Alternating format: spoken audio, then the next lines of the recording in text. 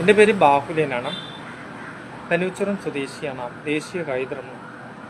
തമിഴ്നാട്ടിൽ നിന്ന് ഉല്ലാസയാത്രയ്ക്ക് പോയ ഒരു കുടുംബത്തിലെ 4 പേരാണ് കഞ്ചാവുമായി കാറിൻ്റെ ഡിക്കിയിൽ കൊണ്ടുവന്ന് പള്ളിച്ചൽ വെച്ച് വെങ്ങാനൂർ പോകുന്ന പ്രദേശത്ത് വെച്ചാണ് 20 കിലോ കഞ്ചാവ് പിടിയായി.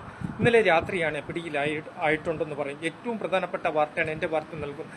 വൻതോതിലാണ് കഞ്ചാവ് വിൽപ്പന നടത്തുന്നത്. സ്കൂളുകൾ കേന്ദ്രീകരിച്ചും കോളേജുകൾ കേന്ദ്രീകരിച്ചുമാണ് കഞ്ചാവ് വിൽപ്പന ഇപ്പോഴും സജീവമാകുന്നത്. വെങ്ങാനൂർ ജംഗ്ഷനിൽ വെച്ചാണ് ഈ വണ്ടിയിൽ കാറിൽ വെച്ചിട്ട് കാറിൻ്റെ ഡിക്കിയിൽ വെച്ചാണ് 20 കിലോ കഞ്ചാവ് പിടിക്കുന്നത്. വൻതോതിലാണ് കഞ്ചാവ് ഈ ഭാഗത്തുണ്ടെന്ന് നമുക്ക് മനസ്സിലാക്കാൻ കഴിഞ്ഞിരിക്കുന്നു. അതുപോലെ വെങ്ങാനൂർ അടുത്തുള്ള സ്കൂളുകളിലും കഞ്ചാവും ലഹരി പദാർത്ഥങ്ങളും വിൽക്കുന്നതായും സ്പോർട്സ് സ്കൂളുകളിലും വിൽക്കുന്നതായിട്ടും പരാതി ഉയർന്നിട്ടുണ്ടെന്ന് തന്നെ പറയുന്നുണ്ട്. ഏറ്റവും പ്രധാനപ്പെട്ട വാർത്തയാണ് എൻ്റെ വാർത്തയും ഇപ്പോൾ നൽകുന്നത്.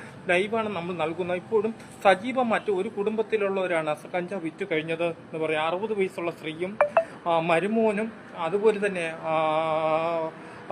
ഒന്ന് പറയാൻ സാധിക്കുന്നുണ്ട്. ഏറ്റവും പ്രധാനപ്പെട്ട സംഭവസ്ഥലം ആണ്. ഇപ്പോൾ സജീവമായിട്ടാണ് സ്കൂളുകളിൽ കഞ്ചാവ് ഉൽപ്പന്ന സജീവമായിട്ട് നടക്കുന്നത്. എക്സൈസുകാർ കാണുന്നുണ്ട്. ലൈവാണ് ഇപ്പോൾ പ്രേക്ഷകരെ മുന്നിൽ എൻ്റെ വാർത്ത നൽകുന്നത്. അതുപോലെ അഴിമതികളുടെ കൂമ്പാരം നടക്കുന്നുണ്ട്.